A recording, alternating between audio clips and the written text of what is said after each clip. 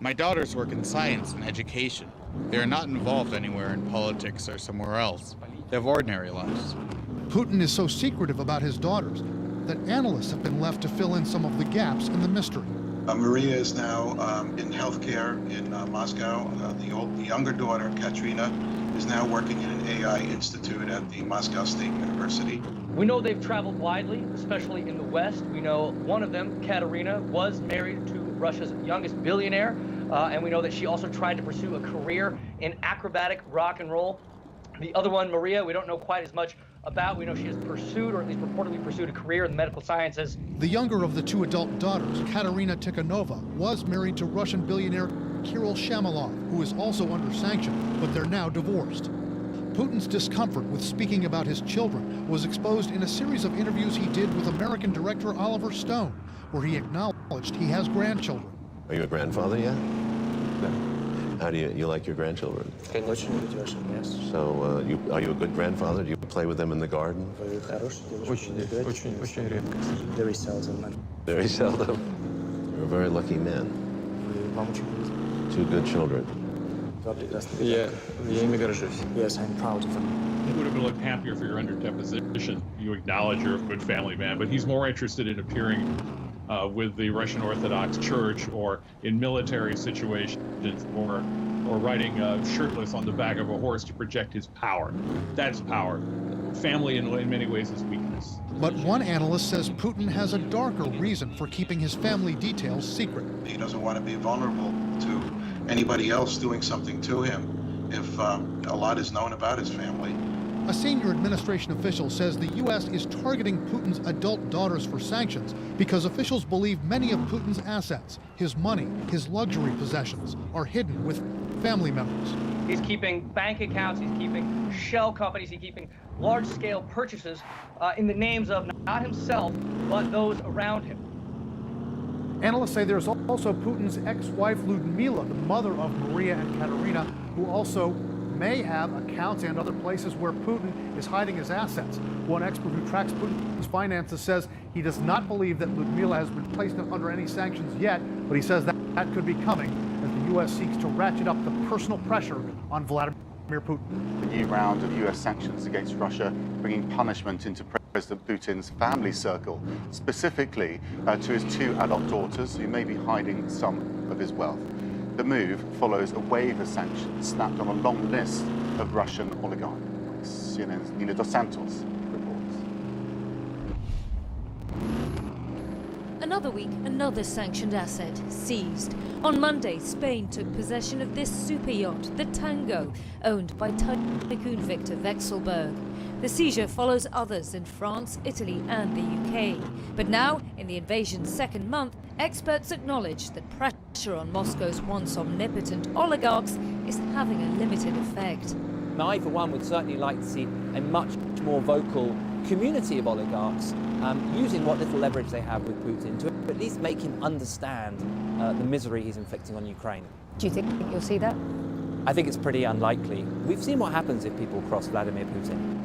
And these individuals who are being sanctioned won't want to go the same way. Last month, Russia's president, a man accused of poisoning his adversaries, which he denies, said traitors will be spat out like flies. The US, the UK and the EU have together sanctioned over 1,000 Russian elites and defense firms, making it illegal for Westerners to provide them with cash or services.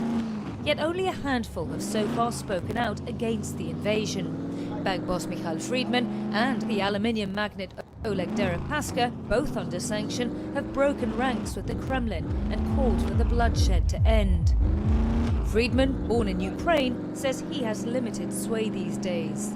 Just create enormous pressure for us personally, but we do not have any impact for political decisions. Their line has been that they have no influence and they're innocent in all of this. I don't think many people believe that. Former government officials like Anatoly Chubais and Arkady Dvorkovich have let it be known that they are against the events in Ukraine. Neither agreed to speak to CNN on camera. Roman Abramovich's attempts to mediate in peace talks haven't stopped stopped his prized Chelsea football club and a fleet of boats from being hit either, as he now tries to sell the team. He's denied links to Putin, saying none of his activities merited sanctions. Public opinion is certainly souring against Kremlin-connected cash, especially here in prime parts of central London. This mansion behind me was broken into by squatters who made their way up onto the balcony and unfurled a sign in protest at the war in Ukraine. The reason they said they targeted this particular edifice was because they believed it to be owned by a Russian oligarch. That oligarch, Oleg Deripaska, recently said, quote, all sides would lose out, with tragic consequences for the entire world. I think when it comes to sanctions on oligarchs, they are frankly symbolic, they're totemic. They of course keep the issue in the public eye. So in essence, this is a PR exercise?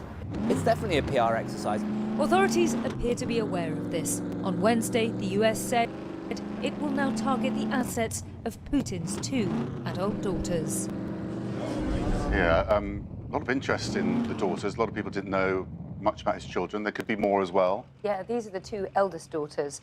One of them is a doctor, Maria Vorontsova, and the other one runs a technology firm and is affiliated with one of the big universities. And they're in Russia, are they? In Russia. Vladimir Putin's always claimed that they're in Russia. He says that they're educated in Russia. One of them, Maria Vorontsova, is actually married to a Dutchman as well, which raises, again, this prospect of this sort of clash of citizenships, if you like, when it comes to EU sanctions. So, although I should point out that the EU hasn't balked at introducing sanctions on people who have dual Russian citizenship and EU citizenship, say in countries like Finland before, thinking about a couple of big oligarchs, for instance. But very little is known about these 2 girls. Vladimir Putin's always tried to make sure that he kept them away from the public eye. The Kremlin's never really referred to them by surname, only just using their first names. But as you pointed out, they're not the only children that Vladimir Putin is believed to have. He is believed to have a daughter here in the United Kingdom who owns property, and he's also believed to have at least 4 children with Elena Kabaeva, a gymnast who lives in Switzerland. So this may be the start of the sort of personal project, if you like, to try and punish people who are direct descendants of Vladimir Putin, because the United States and other partners believe that they could be harboring some of his wealth. But so far, as you could see there, when it comes to getting to any of the oligarchs, this is having a very limited effect at this point, Max. And what effect are the sanctions having? Because there's the narrative here in the UK, for example, where we're told it's having a huge impact, but probably a very different story coming out from Moscow. Yeah, that's right. And the reality is that authorities can't really figure out what impact it is having, apart from seizing big trophy assets and yachts and so on and so forth for now, because they're going to have to set up huge task forces to try and track down some of these assets. Many of them are in anonymous shell companies. Some of them are actually in parts of the world which are actually have a legal jurisdictional background with the United Kingdom, like offshore tax havens and so on and so forth. That's going to be drawn into focus.